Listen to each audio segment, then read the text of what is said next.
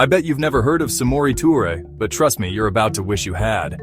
This guy was basically the African version of William Wallace, except, actually successful for a while. Born in 1830 in what's now Guinea, Samory Toure would go on to become one of the most badass resistance leaders in West African history.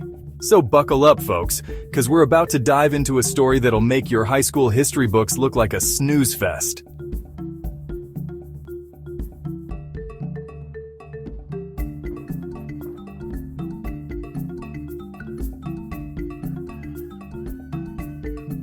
Okay, so picture this.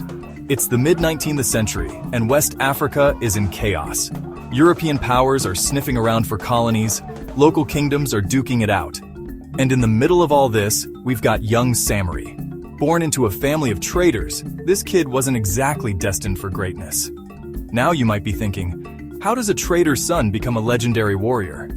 Well, plot twist. Samory's mom gets kidnapped by a rival kingdom. And Samory, being the good son he is, trades himself for her freedom. While in captivity, Samory doesn't just sit around twiddling his thumbs.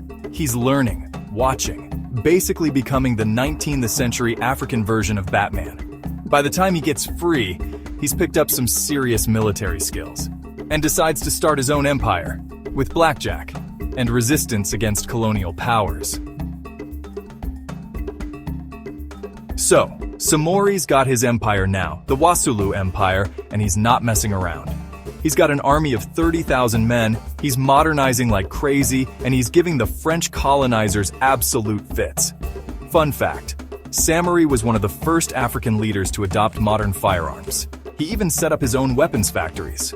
At some point, his empire expanded to modern-day Mali, Ivory Coast, Sierra Leone, Guinea, and Burkina Faso. Now, the French, they're not too happy about this. They're trying to gobble up West Africa, and here's this guy telling them to take their baguettes and go home. For nearly 2 decades, Samory plays a giant game of cat and mouse with the French army. He's using guerrilla tactics, making the French look like complete idiots. It's beautiful. Unfortunately, even legends fall. In 1898, the French colonials were able to turn his people against him. Samory was captured and exiled and imprisoned to Gabon, where he died 2 years later. But his legacy lived on. Samory Toure became a symbol of resistance against colonialism, inspiring future generations of African leaders. Oh, and his great-grandson became the first president of Guinea. Talk about a family legacy, huh? So next time someone tries to tell you that Africa was just sitting around waiting to be colonized, you hit them with the story of Samory Toure. Trust me, they won't see it coming.